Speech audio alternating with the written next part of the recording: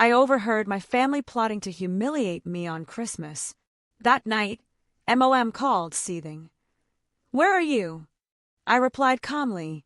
"Did you like my present? They say family is forever, right?" Well, 2 nights before Christmas, I discovered my own family was plotting to publicly humiliate me on camera during our holiday dinner. And they didn't just want to embarrass me, they wanted to cut me out of the family entirely, live on film. Can you even imagine? I never planned to overhear my own family plotting to make me their Christmas punchline. But that's exactly what happened. I was just standing outside the dining room, hidden behind a half-closed door, and then I heard my mother laugh. Really laugh. As she described the whole skit they'd cooked up to shame me in front of our entire extended family and the church's camera crew. They wanted me dressed like a mechanic, pushing a toy car, while they listed out all the ways I'd supposedly failed. My father called it a lesson. My siblings, they just called it funny. So that night, when my mom called me, absolutely furious, practically breathless, demanding to know where I was, all I said was, "Yeah, quick question, Mom. Did you enjoy my gift?" Because I wasn't about to be their punchline. I sent the truth instead.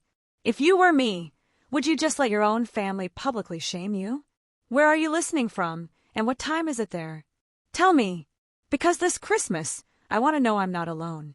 When I tell people my family lives in Plano, Texas, they immediately picture this warm suburban comfort.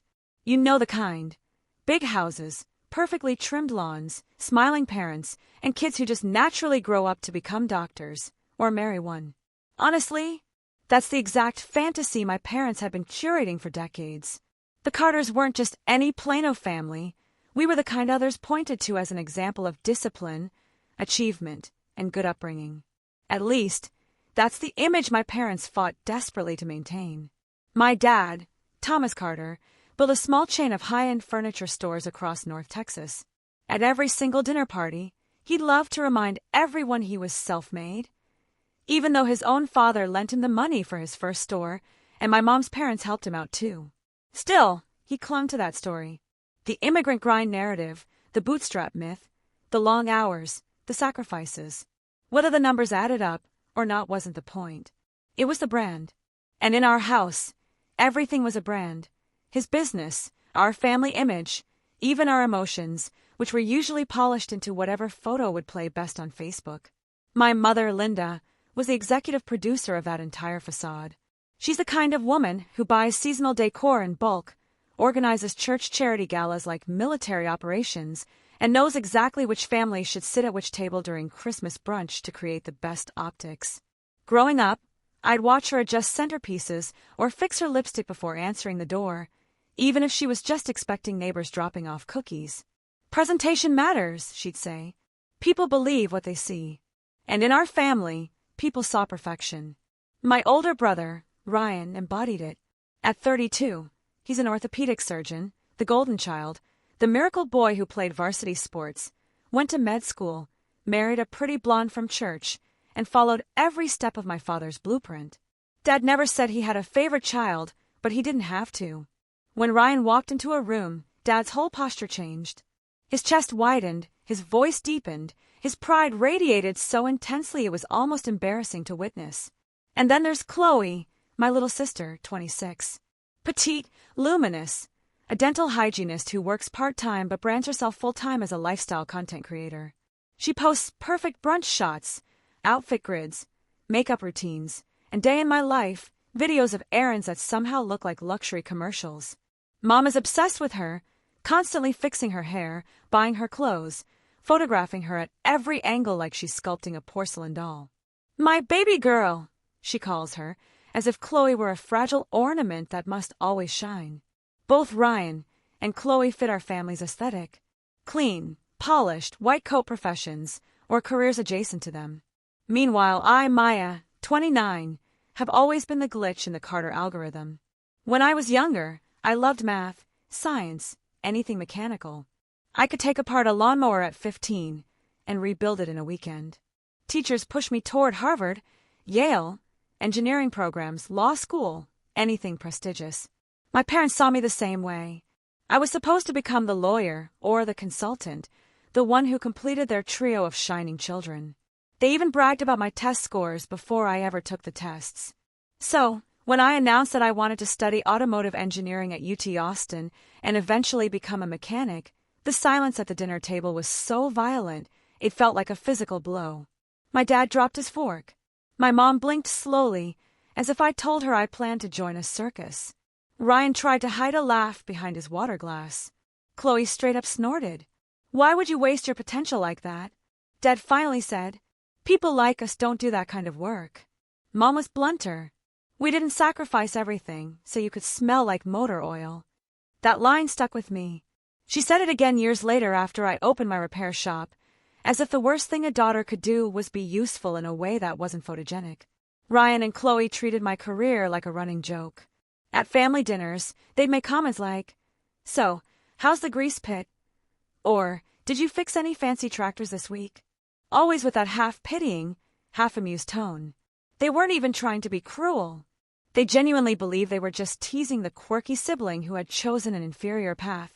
But the truth was, I loved the work. I loved helping single moms who couldn't afford dealership prices, delivery drivers who relied on their cars to pay rent, college kids scared they were being scammed by big auto shops. My customers weren't glamorous, but they were real. They were grateful, and they made me feel like I belonged somewhere. Still, in the Carter household, none of that mattered. Success had a very specific definition: a degree you could frame, a title you could flaunt, a salary high enough to buy things my mother could brag about, and a lifestyle curated for Instagram. A daughter who owned a repair shop, who wore jeans stained with grease, who worked with her hands, who knew the sound of an engine misfiring before it even started didn't fit the picture. I wasn't just the odd one out. I was the flaw in their portrait, the smudge they tried to crop out whenever possible. And when you grow up in a family obsessed with image, being the smudge doesn't just make you invisible. It turns you into something they feel compelled to fix, reshape, or quietly erase. That's why when I overheard their plan 2 weeks before Christmas, the jokes, the costumes, the lesson they wanted to teach me, it hurt in a way that wasn't new, but deeper. It was the final, devastating confirmation that in my parents' eyes, my whole life had become an inconvenience to their brand. And I had finally reached the point where I was done being their flaw. If there's one thing I learned early, it's that passion doesn't need permission. It doesn't wait for approval, and it definitely doesn't care if your parents think it fits their Instagram aesthetic. I discovered mine the first semester I moved to Austin for college. While other students decorated dorm rooms with fairy lights and sorority paddles, I spent my afternoons in the engineering building elbow-deep in combustion systems, and my weekends working part-time at a tiny auto shop off Burnett Road. I loved everything about it. The hum of engines, the raw honesty of machines, the way a car could go from broken to alive again because I understood what it needed. Austin was the first place I ever felt free. Free from plain old perfection. Free from my mother's constant need for polished appearances. Free from the subtle but sharp reminders that I was the different one. I rode my old Honda Civic across long stretches of Texas highways with the windows down, music blasting so loud I could feel it in my ribs. That feeling, the wind, the hum of the engine, the sense that the road had no judgment, was a freedom no one could take from me. My parents, however, reacted as if I had personally offended the entire Carter bloodline. When they thought I wasn't listening, I overheard my dad muttering to my mom, "Of all the majors, mechanical engineering. She's throwing away her future." My mother didn't hide her disappointment at all. She responded with her trademark coldness, clipped words, strained smiles, long silences during our Sunday FaceTime calls. She and my father gradually reduced my financial support, framing it as encouraging independence. But we all knew it was punishment. Before letting me leave for Austin, they even made me sign a handwritten agreement that I would get an MBA within 5 years to keep my options open. It wasn't a legal document, just a leash disguised as concern. But for once in my life, their disapproval didn't stop me. After graduation, I moved back to Dallas and worked full-time at another garage, a bigger one this time, where I learned not only technical skills but also how to talk to customers, how to diagnose issues quickly, how to run a front-of-house operation. I saved every spare dollar, slept in a tiny apartment above a laundromat, and slowly developed a vision for a place that felt nothing like the intimidating, upselling, male-dominated garages I had worked in. 2 years later, that vision became Carter Street Garage, named not after my family, but after the street where the building sat. A run-down, forgotten little block with more potholes than traffic. I rented a shabby unit, painted the walls myself, bought used equipment, and opened with a promise written in marker on the front door. No hidden fees, no pressure, just honest car care. At first, it was slow. A few customers trickled in, college students, gig drivers, single moms who couldn't afford dealership pricing.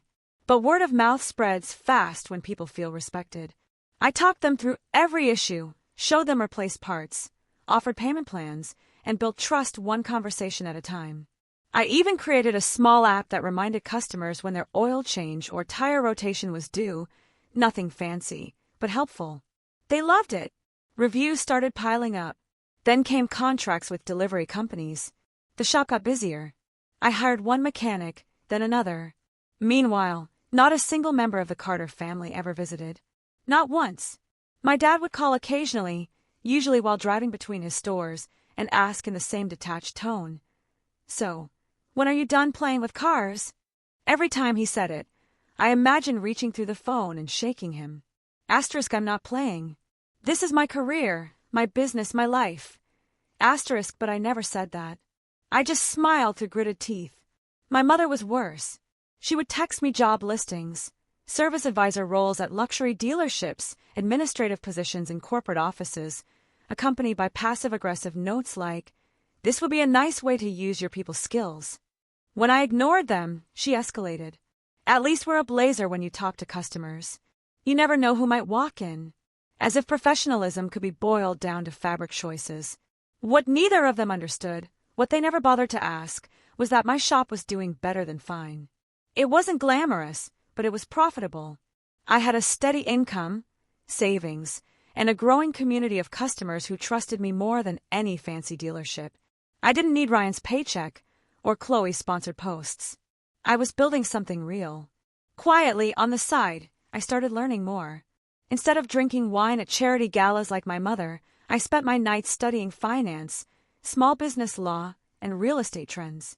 I took online courses on commercial leases, LLC structures, and market cycles. Eventually, I created a small LLC, just me, no partners, and began looking for distressed properties in Dallas. Nothing big, nothing flashy, just buildings that had potential if someone cared enough to invest. That's how 18 months ago, I bought an old commercial building south of Knox Street. It was ugly, drafty, and needed more repairs than I could count. But it had bones, potential, a future. Back then, I had no idea how important that building would become. No idea that my parents would later rent that exact property. No idea that their entire Christmas would blow up because of it. And absolutely no idea that the thing they dismissed as a childish mechanic's hobby would one day hold the power to unravel their perfect image. But life is funny like that. Sometimes the dream they laugh at is the one that ends up saving you and exposing them. By the time November rolled around, Christmas had already started growing like a storm cloud over the Carter household. And not just any Christmas, this asterisk Christmas. The one my mom had been planning since July.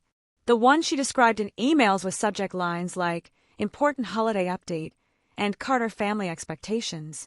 This year, relatives were flying in from Houston, Oklahoma, California, people I hadn't seen since childhood.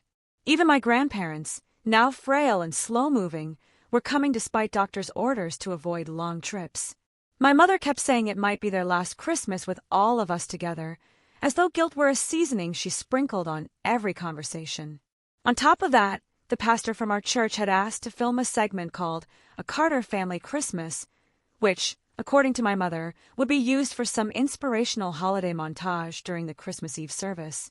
The idea of a camera crew inside our home, documenting our smiles, our scripted laughter, our coordinated outfits, was exactly the kind of thing my parents lived for and exactly the kind of thing that made my stomach twist. Then one evening in mid-November, my phone buzzed with a call from Mom. Her voice, strangely enough, was softer than usual. Controlled. Careful. The tone she used when she needed something. "Maya," she began, "this year is important, very important.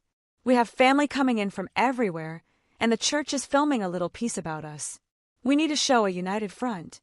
She paused, as if searching for the right phrasing, before finally adding, "No drama.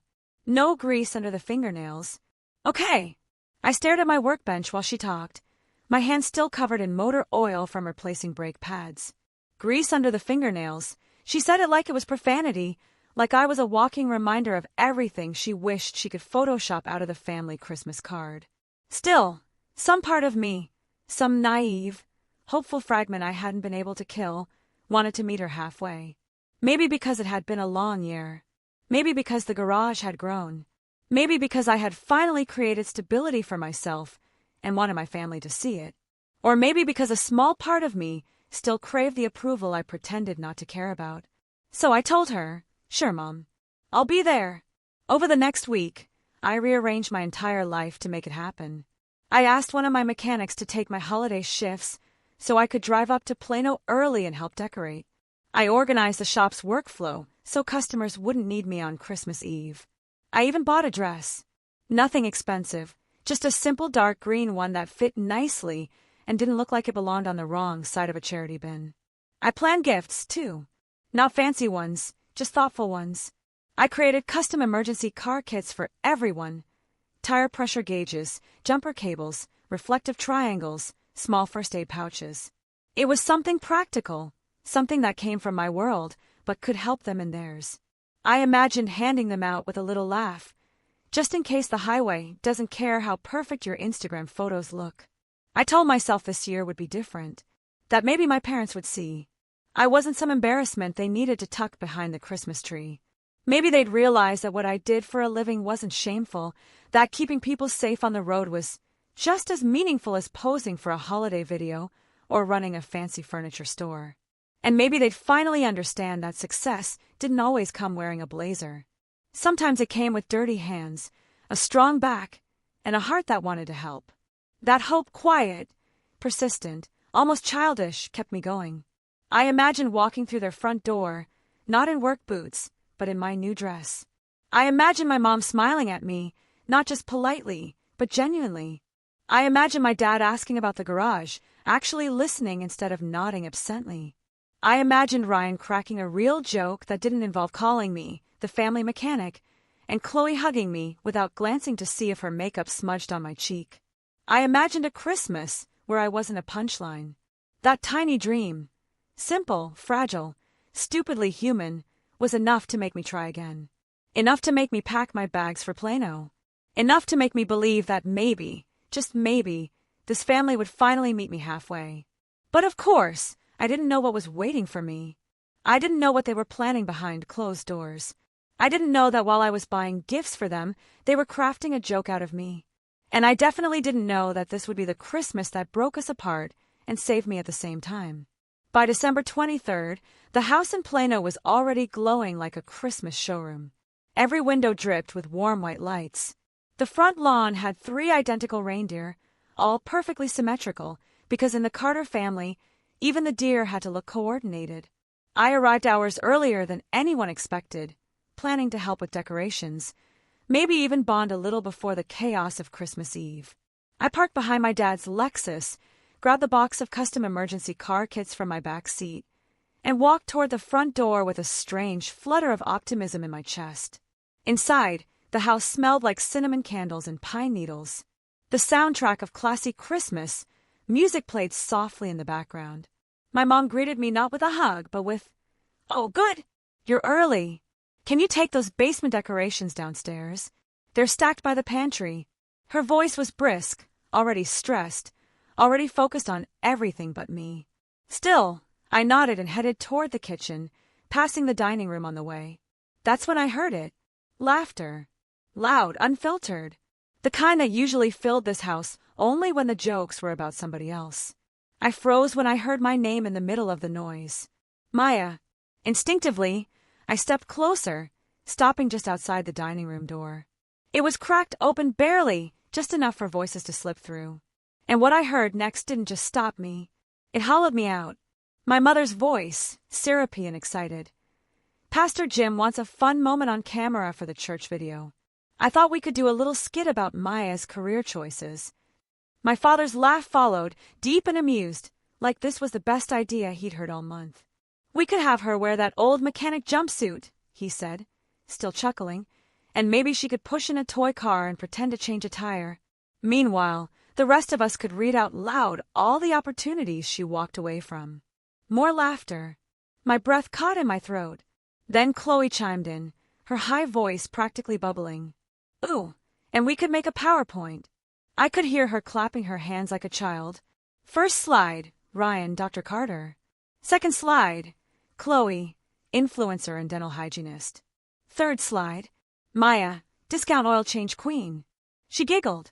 I have a bunch of old photos of her covered in grease. We can add memes. Ryan's voice came next, quieter, hesitant. I don't know if maybe that's a little, but my father cut him off with a snort. Oh, relax. It's harmless fun. And honestly, maybe she needs it. She's almost 30 and still messing around with that garage. It's time she grows up. My mother added in her sugary, faux sad tone. Exactly. It'll be good for her. A gentle reminder that she has responsibilities. Plus, the church will love it. I pressed my hand to my mouth, trying to keep myself from making a sound. But it wasn't just a skit. No, what came next was the real blow.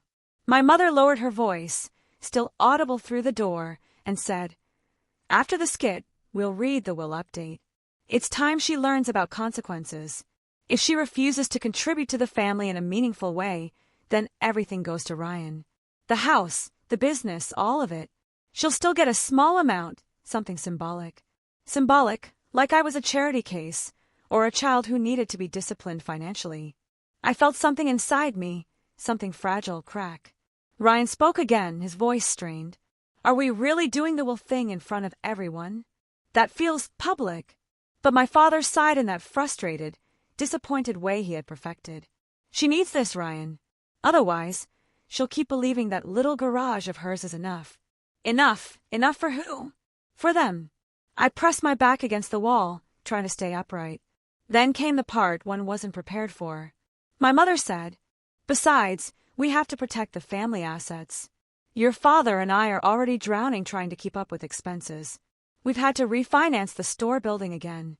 If we shift her out of the will now, the financial responsibility will fall on you and Chloe someday.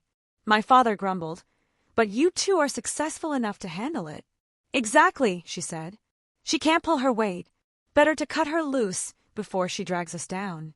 Cut me loose, like I was dead weight, like I was a liability, not a daughter. I don't know how long I stood there. The words blurred together after that. The laughter, the planning, the ease with which they spoke about turning me into entertainment, humiliating me in front of the entire extended family, the church, the camera crew, and then disowning me financially as the grand finale. I felt cold. Not the kind that touches your skin, the kind that crawls under it. Slowly, I backed away from the door. My heartbeat was so loud, it drowned out everything else. When I reached the kitchen, the box of emergency car kits was still sitting on the counter, wrapped in red ribbons I had tied the night before.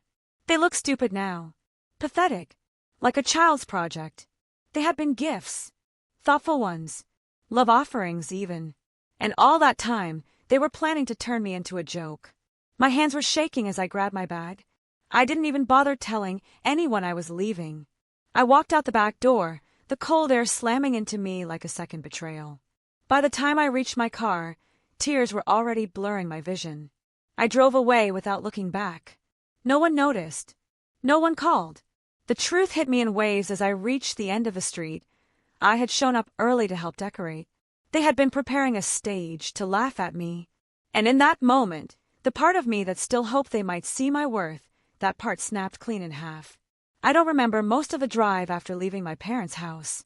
My hands were trembling, so badly I could barely keep the wheel steady. The holiday lights along the neighborhood blurred together, melting into streaks of red and green through my tears. At some point, instinct took over, and I pulled into the parking lot of a 24/7 gas station.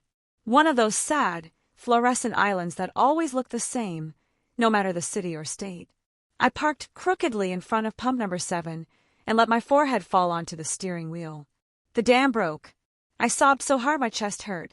My breath shuddered, catching in the cold air. I couldn't drive. I couldn't think. The betrayal had sunk in fully now.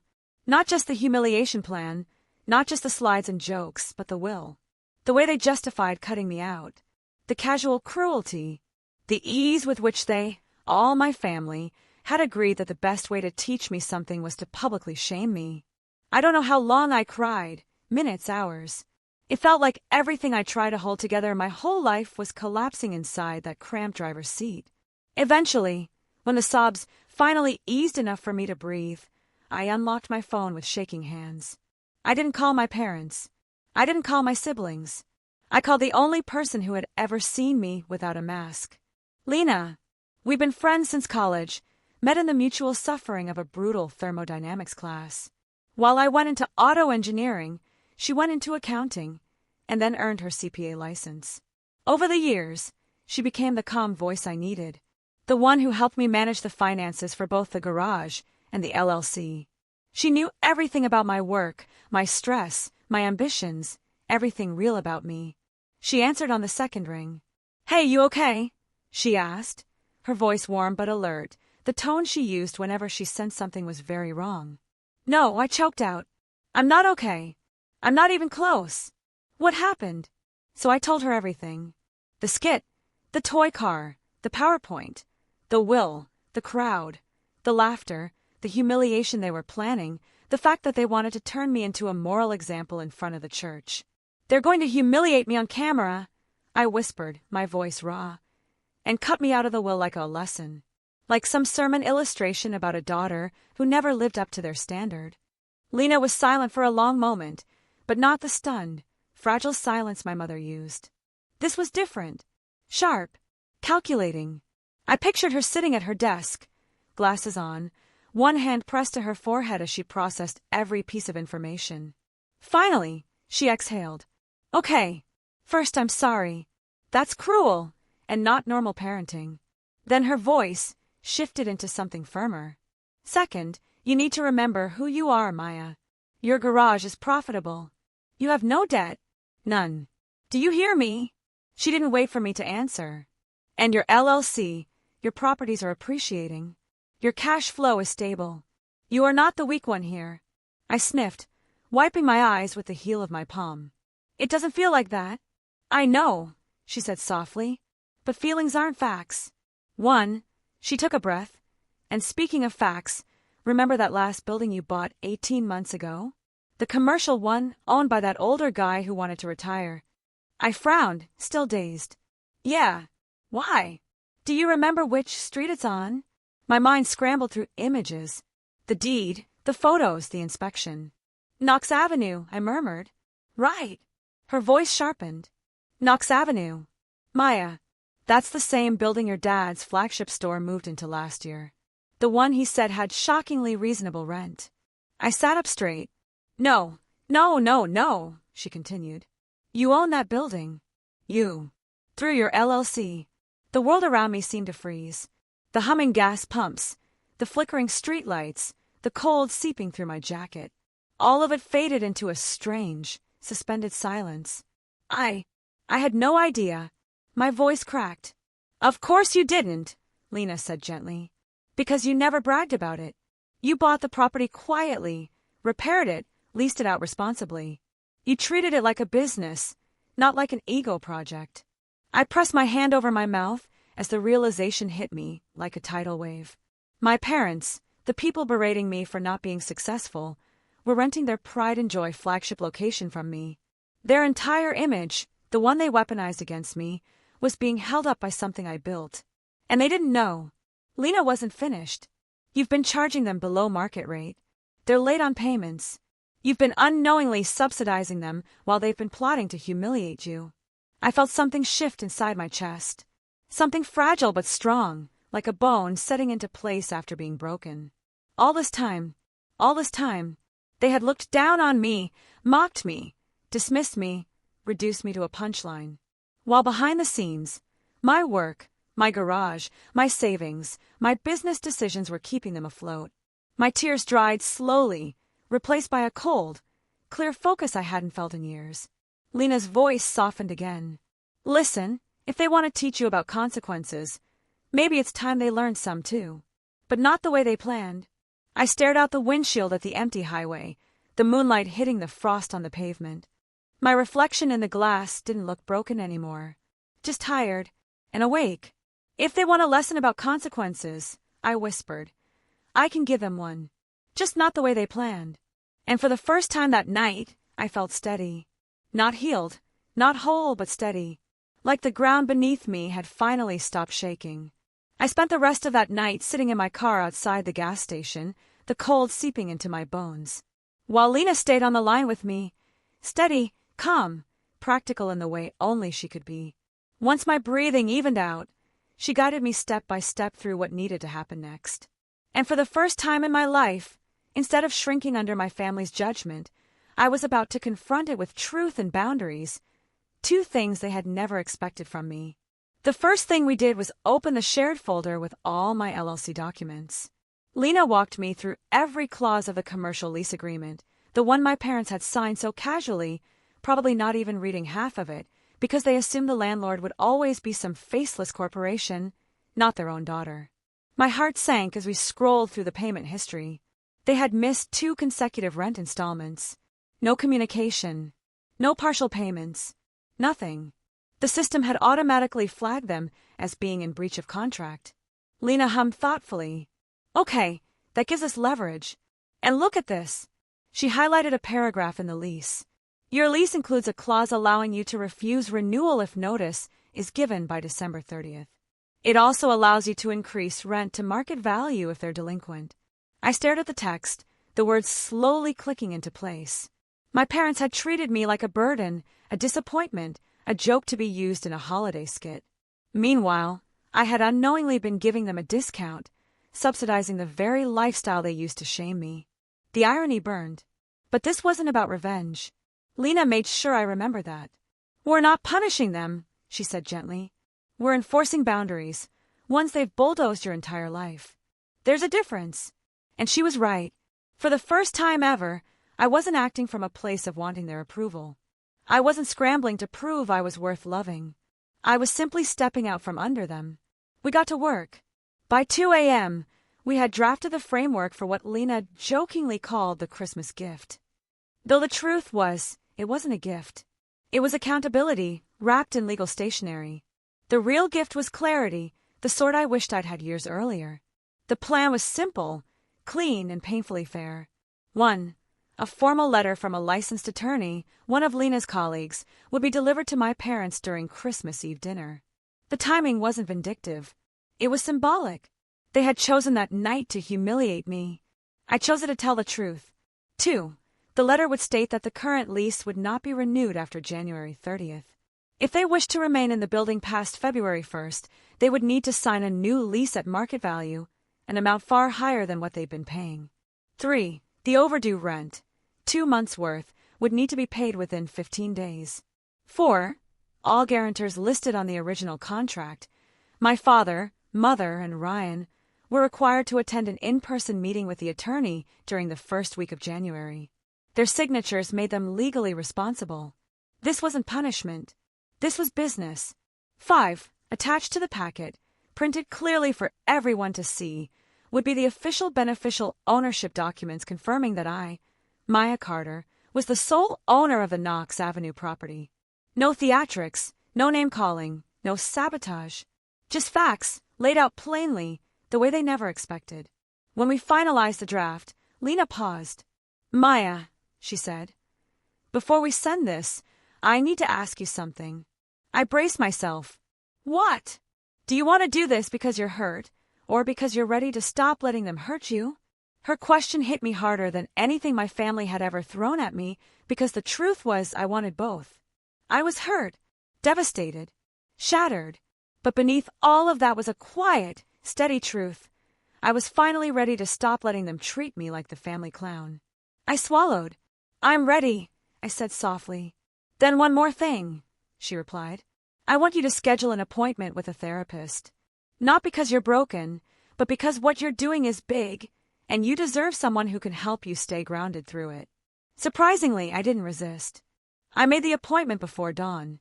The next morning, instead of packing for Plano, I packed for Colorado. I rented a small Airbnb cabin outside Breckenridge. Nothing fancy, just wood, warmth, and quiet. Then I started making calls to the people who had become my real support system. The single moms, whose cars I'd fixed for free during the pandemic. The delivery drivers, who always brought me coffee before their morning routes. The gig workers who trusted me when no other shop took them seriously. A few friends from Austin. And of course, Lena. I told them I wasn't spending Christmas alone this year. They showed up without hesitation. And that's when it clicked. Family isn't the people who share your last name. Family is the people who show up when you're falling apart. As I drove toward Colorado, with snow beginning to dust the highway, I whispered to myself, more affirmation than declaration. If they chose to make me the punchline, I'd choose to stop being part of the joke. I would no longer sit at tables where I was the entertainment. I would no longer beg for love dressed as approval. I would no longer shrink myself to fit a role written for everyone but me. This Christmas, I wasn't running away. I was choosing where I belonged. And it wasn't in a dining room in Plano with a camera pointed at me. It was in a cabin in Colorado with people who saw me as human, not a prop. Christmas Eve arrived like two completely different worlds unfolding at the exact same time. In Plano at the Carter house, the night gleamed with the kind of curated perfection that only my mother could orchestrate. Candles glowed in every window. Wreaths hung with surgical symmetry. And the giant Christmas tree shimmered for the camera crew from the church, who were already moving tripods around the living room. Someone was adjusting microphones. Another was testing the lighting. The Carter Christmas was, as always, a production. My mother floated through the house wearing a deep red dress, her smile tight but camera ready. Whenever someone asked where I was, she tilted her head in that dramatic, sad way she perfected. "Oh, Maya," she sighed. "She's just so busy with that garage. You know how mechanics are around the holidays, but we're trying to keep the joy alive." The martyrdom in her voice was almost a performance of its own. Chloe, meanwhile, was in full influencer mode.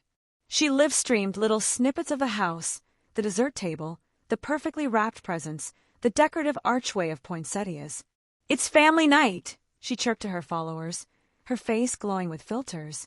Then she added lightly, "Well, most of the family," and let the camera linger just long enough on the empty chair that was meant for me. Some people just don't value nights like this, I guess.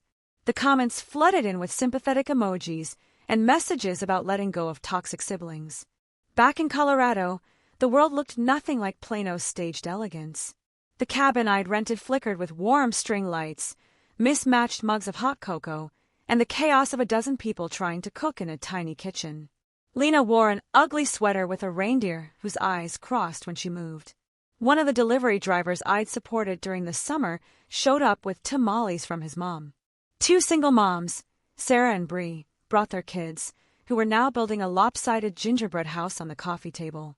My hand still smelled faintly of engine oil from fixing Bree's flat tire earlier that afternoon. No one minded. No one looked embarrassed. In fact, one of the guys laughed and said, "Hey, Maya, you mind showing me how to check my winter tires later? I want to make sure I survive this mountain." I nodded and smiled. This place, this group, felt more like family than anything waiting for me in Plano.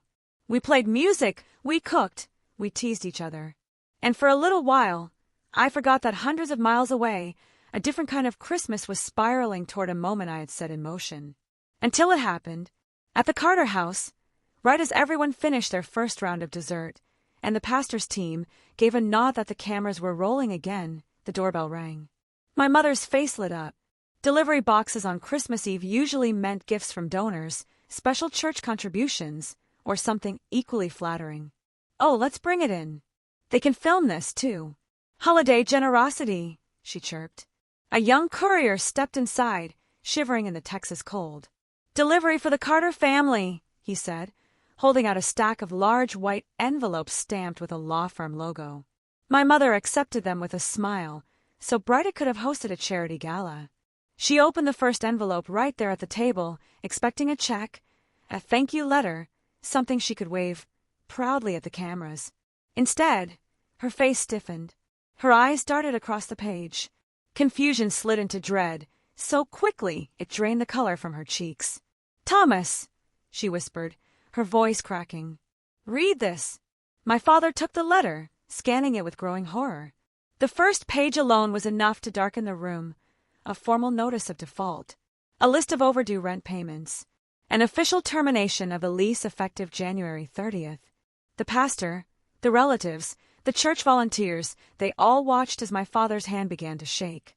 My mother grabbed another envelope, ripping it open with trembling fingers. Inside was a packet of legal documents, proof of beneficial ownership, contracts, LLC filings. Page after page showing that the Knox Avenue building, their flagship store, the pride of their business, the one they bragged about switching to because of its amazing rate, was owned by one person, Maya Carter. They read the name aloud, loud enough for the whole room to hear. Loud enough that the cameraman lowered his equipment, unsure whether to keep filming or not. The silence was suffocating. My father blinked at the page like it had betrayed him. Maya, Maya, he stammered, as if the idea was impossible. My mother dropped her wine glass. It shattered across the hardwood floor. She didn't even flinch. Grandma leaned forward, squinting. Is that her Maya? Mechanic Maya. Chloe's live stream cut off instantly. Ryan whispered, "Oh God!"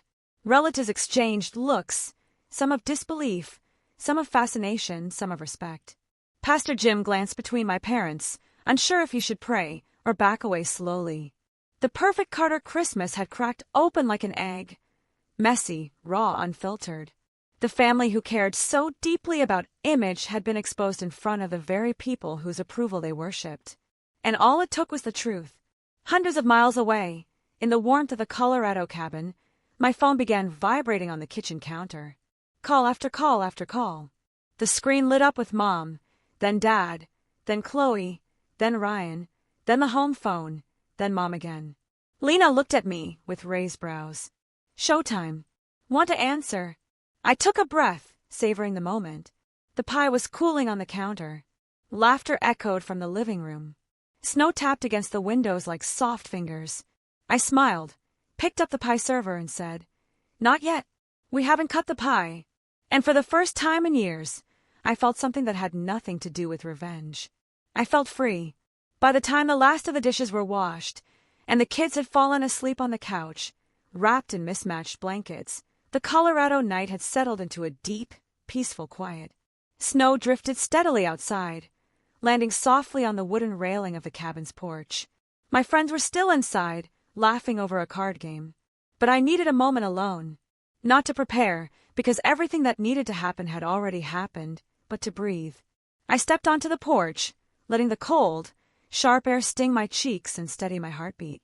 My phone vibrated in my pocket, and when I pulled it out, the screen glowed with a notification that almost made me laugh. "Mom, say it, missed calls." Of course. The display blinked again. Another incoming call. This time I answered. Her voice tore through the line instantly, raw and furious. "How do you ambush us like this on Christmas? In front of a church? In front of your grandparents? Do you have any idea what you've done?" I leaned against the railing, watching snowflakes dissolve on the wood. Her rage didn't shake me the way it used to. Maybe because I'd finally realized it wasn't actually about love or disappointment. It was about control. "Where are you?" I asked calmly. The question threw her off. "Where are we?" "We're at home, of course, trying to salvage what's left of this evening. Your father is in shambles. The whole family is asking questions. And Pastor Jim, did you enjoy my gift?" I asked gently. Silence cracked through the air like ice splitting on a lake. Then she roared. "Gift? That wasn't a gift, Maya. That was a betrayal. You humiliated us. You ruined the night. I cut her off. "Mom, let's not pretend you know what betrayal feels like tonight." "Oh, don't you dare." She snapped. "You ungrateful child. We have given you everything, and this is how you repay us. By blindsiding your own family on Christmas? By sending lawyers, bank notices? Do you know people were crying? Your grandmother nearly fainted. We looked like fools." I inhaled slowly. This was the moment where the old me would fold, apologize, shrink, blame herself. But that version of me was gone. "Mom," I said quietly, "you're angry at the consequences, not the truth. We were trying to help you." She screamed. "That little skit was supposed to motivate you. It was meant to be funny." Funny. My voice remained steady. A PowerPoint calling me discount oil change queen is funny. Making me push a toy car in front of the church cameras is funny. Cutting me out of the will on film is funny. Funny. That was, oh. For God's sake, Maya, that was a lesson. You need direction. You refused to listen. You chose that mechanic life, and we were just trying to what? I asked. To shame me into being someone you can brag about. She hesitated, and that hesitation was all the answer I needed. I continued, my voice calm but razor sharp. Let's talk about the will and the skit and the jokes. You wanted to humiliate me publicly as a moral lesson for the church, but I'm the one who betrayed you. She tried again. You misunderstood. No, I said, cutting her off with a firmness I had never used before. I understood perfectly, and so did the entire family when they read the letters. I paused, letting the weight sink in. You know what's funny, Mom? My voice softened, not out of kindness, but clarity. I bought that building 18 months ago. The one your flagship store is in. The old landlord retired and wanted someone responsible to take over. I repaired the plumbing. I upgraded the wiring. I kept the rent low for tenants who needed a break, including you. She sucked in a breath. Sharp. Disbelieving. You're lying. I'm not, I replied. I gave you below-market rent. I said nothing when you were late on payments. I stayed silent because I thought even if you didn't respect my career, I could still help the family. Quietly. Her voice faltered. You bought. Maya. Why would you? Why didn't you tell us? Because every time I talk about my accomplishments, you act like they're mistakes. Her silence was louder than her shouting. And then, predictably, she pivoted to gaslighting. We were joking, Maya. You always take things so personally. You know we love you. You know we didn't mean. This isn't love, I said. And it wasn't a joke. A joke is mutual. A joke is harmless. A joke doesn't involve stripping your daughter from the will on camera to make her look like a failure. You're overreacting, she snapped. And if you go through with this, raising the rent, canceling the lease, your father's business will suffer. People will ask questions. You'll ruin the family name. I almost laughed. Mom, you already ruined the family name. I just stopped covering for it. I stopped subsidizing everything in silence. Her breathing turned into something frantic. Panicked. So what now? You think you can threaten us with buildings and lawyers? You think you can win? I'm not trying to win, I said. I'm asking for respect. I'm asking for boundaries. You won't give them willingly. So now they're written into legal documents. You have 30 days to vacate or renegotiate at the actual market rate. I'm not punishing you. I'm just done setting myself on fire to keep you warm. She was silent for a moment. I could hear voices in the background, relatives whispering, the pastor muttering, my father pacing. Then she screamed again, her voice cracking under the strain. This conversation isn't over, Maya. You hear me? I felt the last piece of my fear dissolve. For me, I said softly, it actually is. I'm saying, I let the quiet stretch for a heartbeat. Merry Christmas, Mom. Then I hung up. My hand trembled slightly, but for the first time, not from fear. From release. The snow kept falling around me, gentle and indifferent, and I realized I had never felt lighter. In the weeks that followed Christmas Eve, the Carter family's scandal spread through Plano faster than tinsel in a winter storm. Word traveled from cousin to cousin, pew to pew, neighbor to neighbor. And it didn't matter that no one had posted a video or shared the documents publicly. The story had been witnessed in real time by enough people for it to ripple outward like a quiet earthquake. Some chose sides. Some stayed neutral. Some pretended not to care while leaning forward eagerly to hear every detail. What surprised me most was that the reactions weren't what my parents had expected. A handful of church members and family friends defended them, wringing their hands and saying things like, Maya shouldn't have embarrassed her parents like that, especially on Christmas. But more than a few whispered a different question, a sharper one that cut through the polite surface. Asterisk, why do they feel the need to teach a lesson to their grown daughter in front of the entire family? And since when is public humiliation a form of parenting? Asterisk, that question hovered in the air every Sunday at church, every family dinner, every volunteer night at the community center. My parents hated that question more than they hated my ambush, more than they hated the overdue payments being made public. Because for the first time, the narrative wasn't shaping in their favor. A week after Christmas, my father finally broke the silence. He didn't call, he sent an email. A long one, pages long. A full financial assessment, as he titled it, outlining profits, losses, and projections for the future of his furniture stores. He wrote about supply chain delays, seasonal downturns, and unforeseen financial pressures he believed justified why I should lower the rent instead of raising it. He ended with, "Families should support each other. We are asking you to reconsider the new lease terms for the sake of family unity." I didn't take the bait. I replied with 4 sentences. "Dad, thank you for the update. Please forward all business inquiries to the attorney handling the Knox Avenue lease. I extended discounted rent for 18 months as a personal courtesy, and now we are simply aligning with standard market value. Wishing you the best moving forward." It was the first time in my life I had responded to him without explaining, defending, or apologizing. He didn't reply. A few days later, Ryan called. He didn't bother with greetings. "What the hell were you thinking?" he snapped the moment I answered. "Do you even realize what you've done to Dad? He's furious. The whole family is." I cut him off. "Do you realize what you all planned for me?" He hesitated. "Planned for you? It was just a skit," I said slowly. "A joke? A PowerPoint? A costume? Publicly cutting me from the will. All of it. I heard everything on the 23rd, Ryan. Every word. Silence. Then, in a much smaller voice, I didn't know it would be like that. I thought it was just some silly church video. Mom said it was motivational. Motivational? I didn't realize they were going to, humiliate me, strip my inheritance, turn me into a parable." He didn't say the words, but the guilt in his voice filled them in.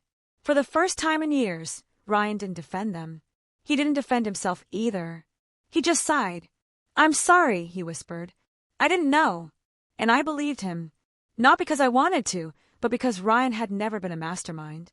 He went along with things, even bad things, because life was easier when he didn't question it. But that didn't make it hurt any less. Chloe, on the other hand, reacted exactly as expected. She didn't call. She didn't text. Instead, she posted cryptic Instagram stories with captions like, "Some people betray blood," and "Not everyone deserves a seat at your table." Always vague. Always just subtle enough to deny if asked. She kept her brand polished, victimized but elegant, wronged but glowing. I ignored every post, but not everyone. Stayed silent. 2 cousins I barely talked to messaged me privately, saying they didn't support the way my parents treated me, even if they didn't want to be dragged into the drama. An aunt sent me a single sentence. "You deserved better that night." It wasn't much, but it was something. Meanwhile, in my world, the world outside the Carter performance, the consequences were wildly different. When people in my customer base heard what had happened, many reached out with small kindnesses, cards, cookies, tips, referrals, even little notes like, "Keep your head up, Maya. You're one of the good ones." The garage got busier.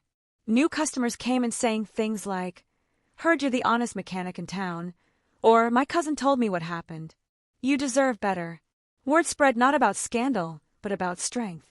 By mid-January, the garage had its best month since opening. And Lena and I, with more confidence than ever, began looking seriously at acquiring a second property. Not to rescue anyone, not to prove anything, not because I owed my family a safety net, but because it made sense for the business. Because I could. Because I had built something worth expanding. For the first time in my life, my decisions weren't influenced by fear of disappointing them. I wasn't shrinking or compensating or apologizing. I was finally living without their approval. And I wasn't just surviving. I was thriving. And yet, even with the peace that came from stepping away, I could sense a shift coming. Something quieter. Something that wasn't about contracts or consequences or Christmas scandals. The next chapter wasn't about punishing my family. It was about rebuilding myself. And that truth would become clearer 1 year later, on another snowy winter night. A full year passed. Not quietly, not cleanly, but steadily, like a long exhale after decades of holding my breath. Winter returned to Plano and Dallas and Colorado, and with it came the small, subtle signs of how much life had shifted since that explosive Christmas Eve. My parents had moved their flagship store out of the sleek Knox Avenue building months earlier, settling instead into a smaller, more modest location, tucked between a strip mall nail salon and a tax accounting office.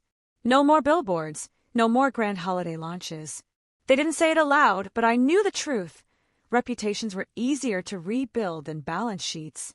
Pride was harder to swallow than new rent. They still didn't talk to me much. The communication remained strictly transactional. Occasional emails about forwarded mail or a stray tax document. Nothing cruel, nothing warm.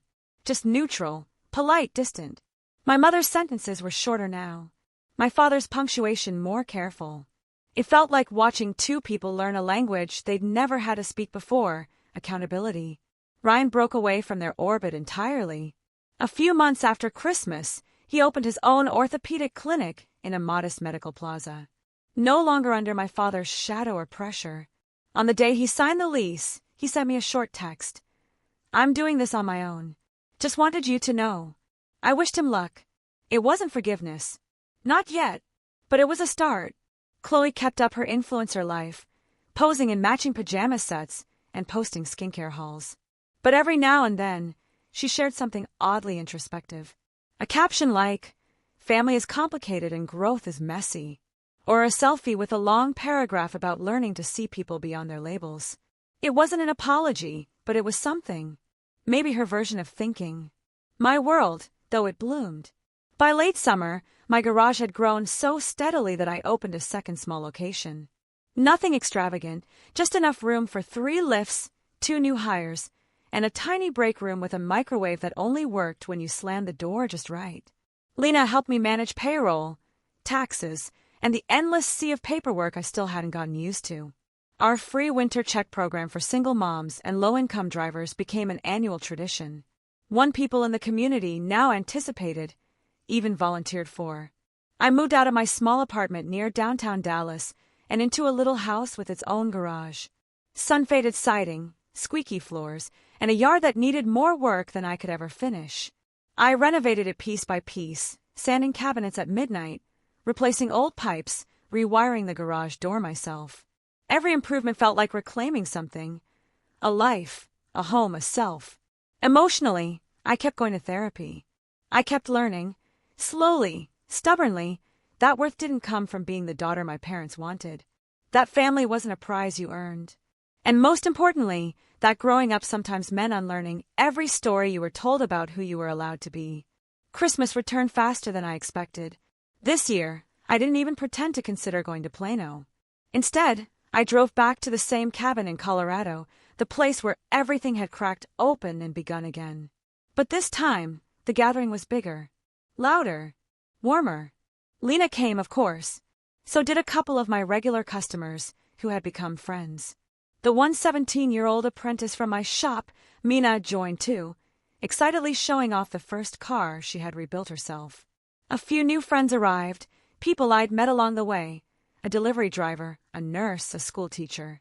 People who had no reason to show up besides the fact that they wanted to. People who didn't care what I wore or how clean my hands were.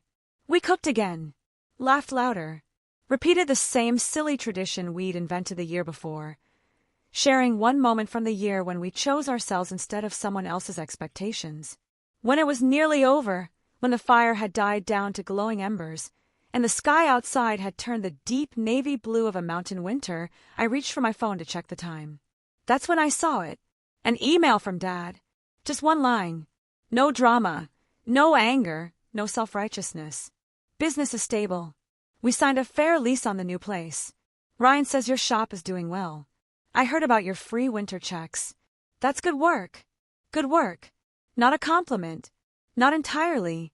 But not a criticism either. It was the closest thing he'd ever sent to an acknowledgement. A small crack in the armor he'd spent years polishing. A sliver of humanity in the man who once called me a disappointment in a grease-stained uniform. I didn't cling to it. I didn't build fantasies around it. I simply smiled softly, quietly, and typed back. I'm glad you're stable. I hope one day we can talk without turning each other into lessons. No pressure, no edge, no expectation. Just truth. Later that night, I stepped onto the same porch where I'd stood a year ago under the same drifting snow, in the same mountain quiet. But everything felt different. Inside were people laughing. People who chose to be here not because of obligation, not because of blood, not because a pastor wanted a perfect holiday video. They were here because in some strange, unexpected way, we'd become a family, a chosen one. And as I leaned against the railing, watching the snow settle over the pines, I realized something I had never understood before. Losing my family hadn't ended my story. It had given me back the pen. I inhaled, exhaled, and finally said, not to anyone in particular, but to myself, to the cold night, and to whoever needed to hear it. Last Christmas, I thought losing my family would be the end of everything. Turns out, it was the beginning of my own story. Sometimes the kindest gift you can give yourself is to stop sitting at tables where you're the punchline. Then, as the cabin door opened behind me and warm light spilled across the snow, I smiled and added, if you've ever been made into a joke by your own family, remember this. You were never born to be a prop in their performance. You deserve your own story. And where are you listening from, and what time is it right now? Tell me, because maybe, just maybe, this Christmas, we can all start writing our own.